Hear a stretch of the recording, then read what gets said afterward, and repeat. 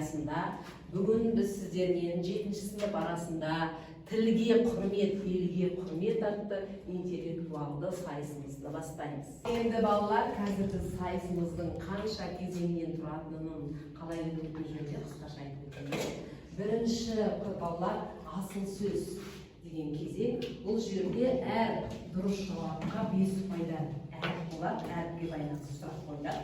Сол сұрақ бойынша тездеп жауап бересіздер. Екінші бәйге дейді. Бұл жерде 1 ұпайдан. Мен сұрақ оқимын, сіздер кім бірінші қол айтады, соған 1 ұпайдан жазылады. 20 сұрақ болады. Әр қайсыларыңыз бұл жерде тез-тез, кім тез, сол жылдамдығына. Үшінші кезең сөз мәйегі мақал дейді. Мына интерактив тақтада мақалдың басы болады, жағын айтып берулеріңіз керек. Дұрыс жауапқа 5 ұпай. Ары қарай өнерпаз болсам арқаламсың деді кірпіштің де, кетік кітапта арқалам дейді, Абай Құнанбаев. Сондықтан бұл жерде сіздерге музыканың әуені беріледі. Сіздер сол музыканың қандай музыка, кім орындайды мүмкін. Тіпті болмаса сол өлеңнің бір жолын, бір шумағын болса да, кішкентай болса да айтып шығуларыңыз керек. Енді ол айтқандарыңызға байланысты. Егер толық жауап болса 5 ұпай, енді жартылай жауап болса 3 ұпай, білесіңдер. Жалпы ең жоғары ұпай саны 5 ұпай. Ары қарай суреттер сыр шертеді дейді. Бұл жерде сіздерге экраннан белгілі бір суреттер шығады.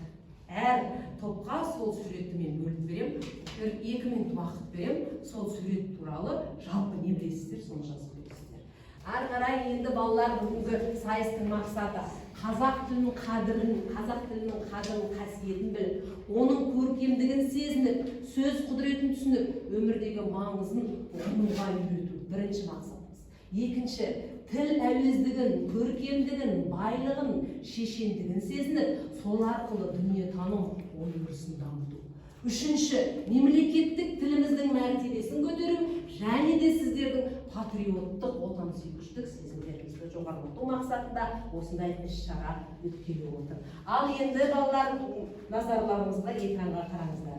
Бірінші қандай әріп бұл? Ә дыбысы. Қазір мен сіздерге сұрақ қоямын. Сендер қазақша білесіңдер ма? Толық жауап емес, толық жауап қалай болады? Сендер қазақша білесіңдер ма? Толық жауап. Ары қарай. Сенің досың кім? Толық жауап. Толық жауап. Алия. Толық жауап. Менің досым Алия. Толық жауап осындай болады. Ары қарай. Келесі әріп.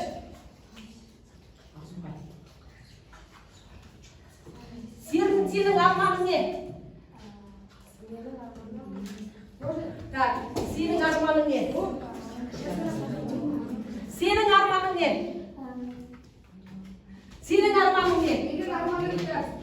Менің арманымнан басталу керек па? Қалай басталу керек? Қытайға саяхаттау деп. Мейлі жарайды, қабылдамыз, не? Мынау қандай әріп? Бүгін қандай күн? Бүгін қандай күн? Бүгін қандай күн? Ұшақтардың күні. Ұшақтардың күні, жарайды. Бүгін қандай күн? Өма? Бүгін қандай күн? Жақсы, яғни бірақ жауап берді. Сен кімді нені жақсы көресің? Сен кімді нені жақсы көресің? Өлең айтуды жақсы көремін дейді, дұрыс айтады. Өрін жерді жақсы көреді. Кімді нені жақсы көресің? Кімді нені жақсы көресің? А? Мен емес. Өнерді көрсетуді жақсы көремін.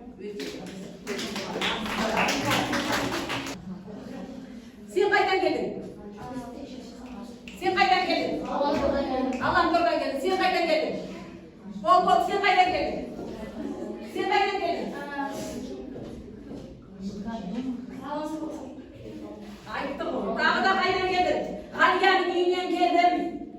Ары келесі. Сен қандай жансың? Сен қандай жансың? Қандай жансыңдар? Сендер қандай адамсыңдар онда? Кішкене дұрыс сен? Үлкен жүректі адамдар. Үлкен жақсы адам дейді ағай. мен толық жауап үйретемін де, толық жауап. Жақсы балалар, осымен бірінші кезеңіміз аяқталды, иә? Ары қарай екінші кезеңге Bu ertanba әнұран. Кеттік ары қарай. 16 желтоқсан қандай мереке? Тез қарай. Қазақстан Республикасы тәуелсіздік алған 2 пай жаққа кеттік. Жігіттер, қыздар, ойланамыз, ары қарай кеттік. Дауысты дыбыстар нешеге бөлінеді? 2-ге бөлінеді, дұрыс жақсы. Ары қарай. Қазақтан шыққан тұңғыш ғарышкер. Ғарышқа ұшқан. Кім? Тоқтар отыр. Жақсы мен жалпы ғарышкер біледі екенсің, Тоқтар отыр. Қазақ тілінде қанша жалғау бар? Тез! 4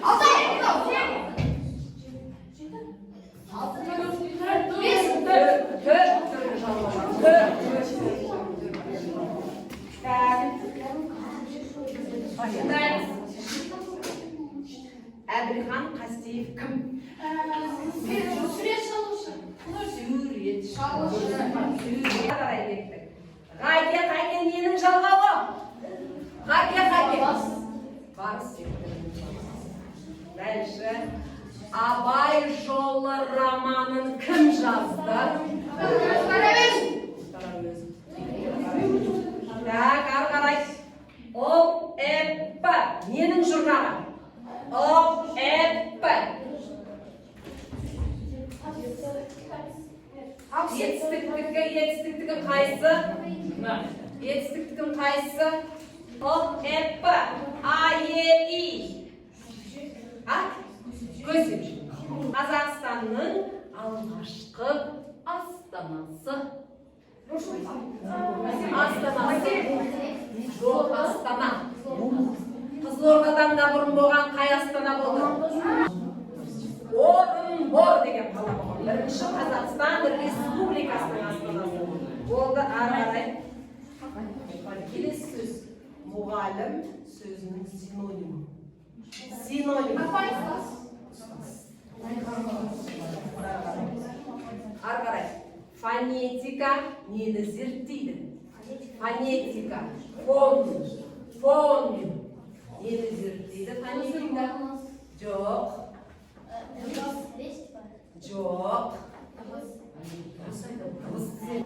Әл-Фараби қай қалада дүниеге келді? Отырар. Қазақ тіліне тән неше төл дыбыс бар?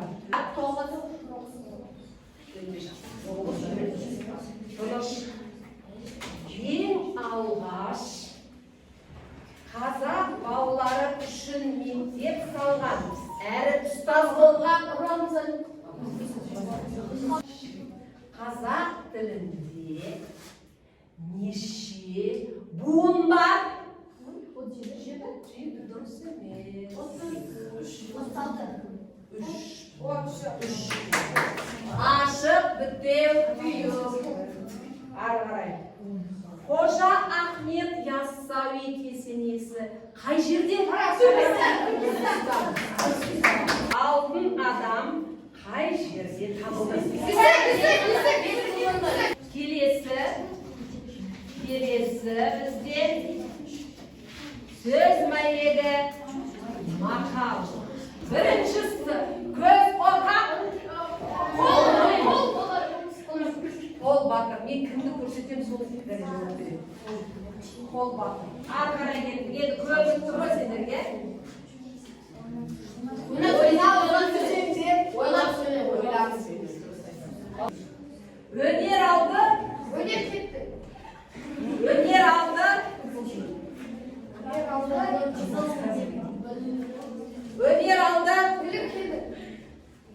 Өнер алды. Өнер алды. Өнер алды. Қызыл тіл. Өнер алды.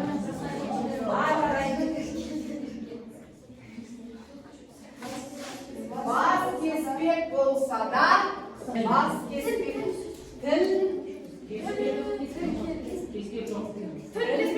жоқ, ана қайдағы. Білікті бірді жығады, Білімді бірді жығады. Білімді Білімді жығады. Оқу білім бұлағы. Өте жақсы білім. Ары қарай. Көп сөз көмір. Көп сөз көмір.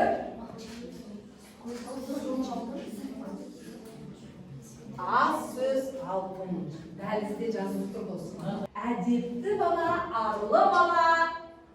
Осындай 6-шы класста біз сендермен мәтін өткенбіз. Әдепті бала, арлы бала. Әдепсіз бала, сорлы бала деген мақал. Қазір балалар тыңдайды. Жауап береді, самұрып тұр. Қалғандарымыз тұрғана тыңдап отырамыз.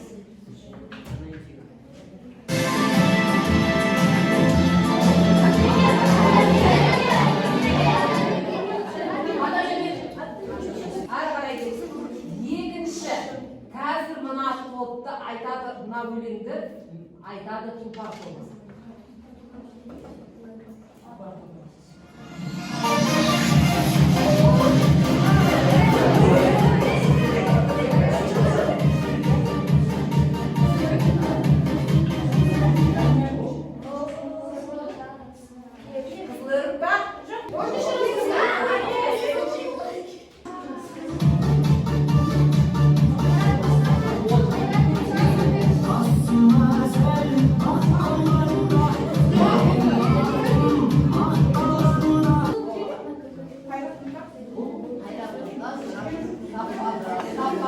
Келесі айтады, жалын тобы айтады. Қалғанымызды тыныш тыңдаймыз.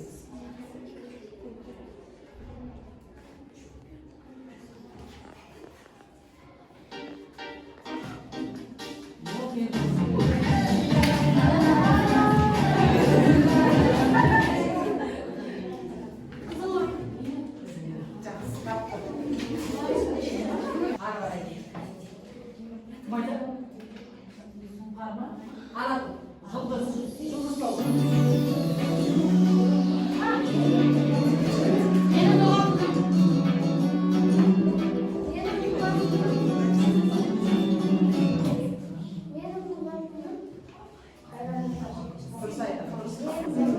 Келесі айтады сұңғақ тобы.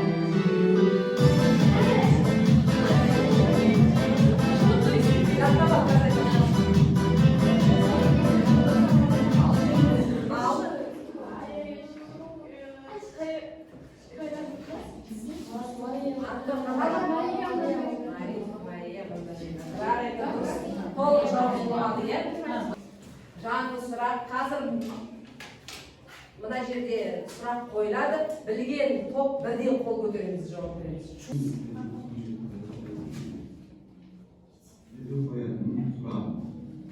Қазақстан мемлекеті қай мемлекеттермен шектеседі? Бірінші қай команда көтереді? Өзбекстан, Россия, Ресей, Тәжікстан. Жауабы: Қазақстан Республикасы, Қытай Халық Республикасымен, Ресей Федерациясымен, Өзбекстан, Қырғызстан, Түркменстан мемлекеттерімен шектеседі. Саламатсыздар, құрметті оқушылар, сіздерге қояр сұрағым бар. Қазақстан Республикасының тәуелсіздігін қай жылы, қай айда алған? 1916 жылы 16 Қазақстан Республикасының тәуелсіздігін 1991 жылы 16 желтоқсанда алған.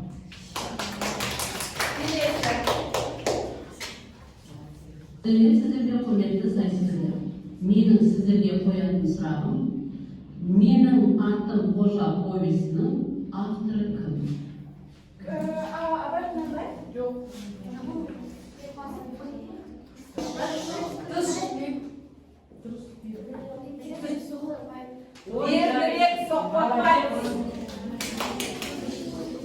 Бердібек Соқпақбаевтың биыл төл мерекесі болды, иә? Бүкіл халық Қазақстан соны тойлады. жауабы беруге соқтықпаймыз. Жарайды. Ал келесі сұрақ. Құрметті сайысқа қатысушылар, ұлттық спортымыз асығатын жөнінде сұрақ қойсам деп едім. Асықтың 6 жарты заты белгілейміз. Сол 6 жарты қатар Асықтың 6 жағы деген сөз. Былай 6 жағы.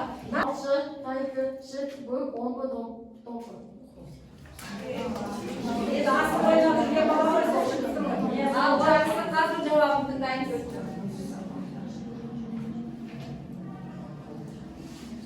Алты жарты асық ойнап, асық 6 жарты, алшы, тәйкі, бүк, шыт, омбы, шолпы.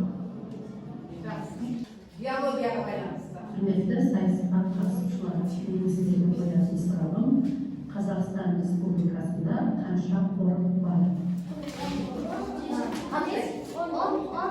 Қорық бар. Қазақстан Республикасында 10 қорық бар. Өте жақсы.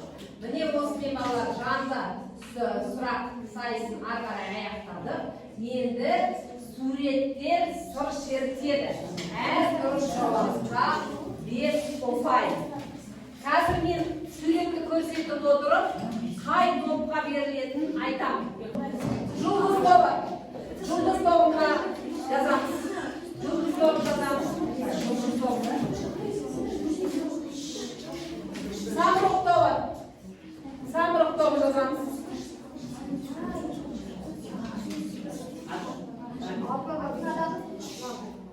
Тұлпар тобы жазамыз.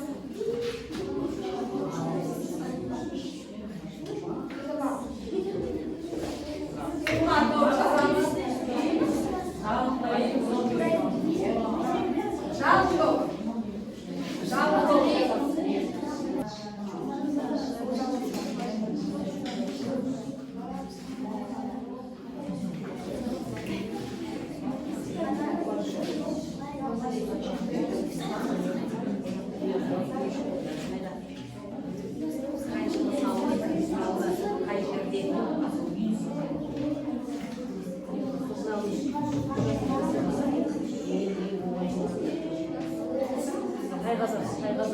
Білесіңдер ғой, қанша тонна болады, қанша салмағы, қанша тарих туралы айтамыз сіздер дейді.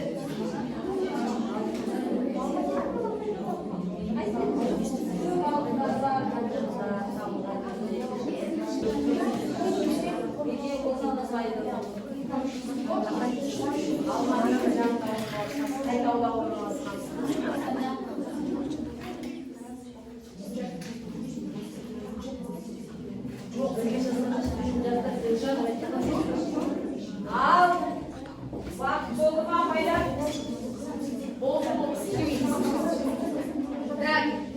Болды. Қожа Ахметке соймашының кесенесі. Тез бір-екі ауыз.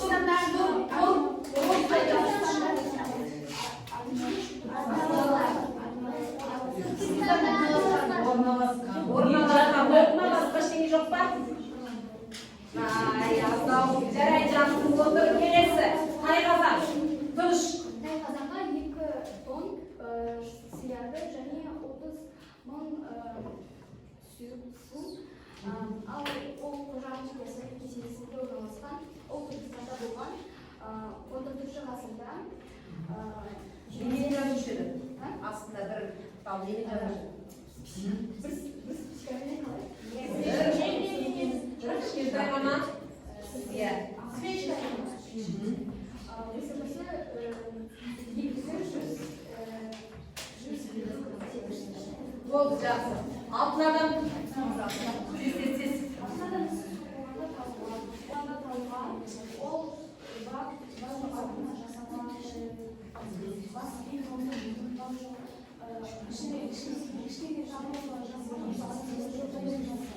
Жақсы. Ал.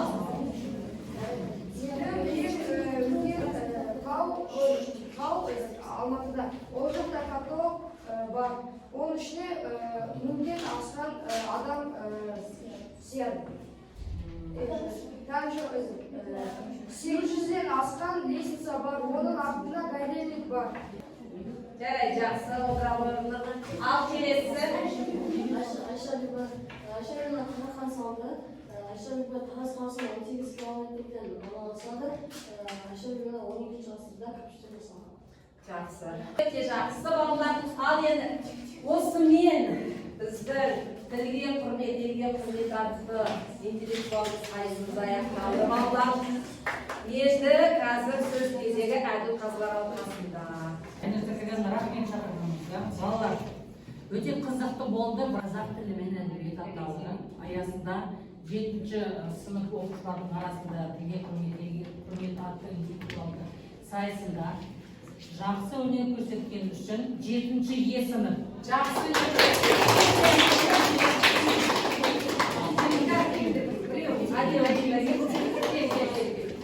Тура осындай мадақтармен 7-ші Б сынып.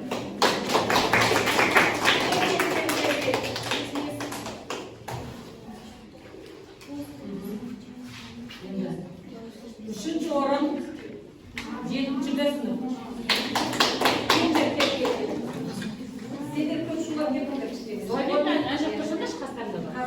Екінші орын 7-ші Д сынып.